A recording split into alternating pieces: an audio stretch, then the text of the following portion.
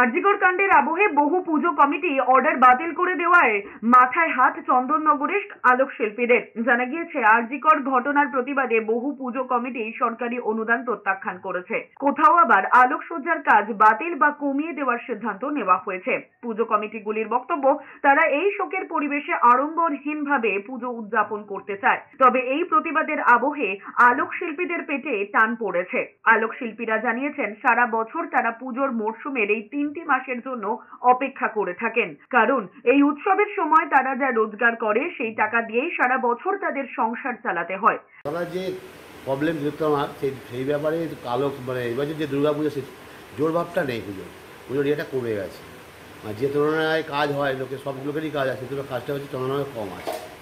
আর আমি নিজে মেয়ে হয়েও আমারও একটা এই জিনিসপত্র, একটা সেফটিরও একটা আছে।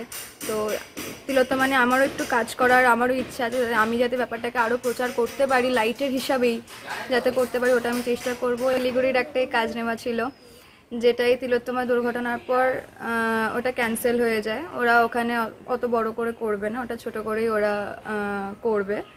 তো ওই একটা তো আছে। এবার জগদ্ধাত্রী পুজোতে আশা করা যাচ্ছে, এখনো অবধি সেরকম কিছু আমাদের কানে কিছু খবর আসেনি যে কি করা হচ্ছে না হচ্ছে, কিন্তু এটাই আপাতত চলছে। তবে একের পর এক কাজ বাতিলের কারণে কপালে চিন্তার ভাঁজ পড়েছে চন্দননগর সহ রাজ্যের বাকি আলোক শিল্পীদের। তাদের অনুরোধ, প্রতিবাদ জানাতে গিয়ে আলোক শিল্পীদের যেন দুর্ভোগের মুখে পড়তে না হয়।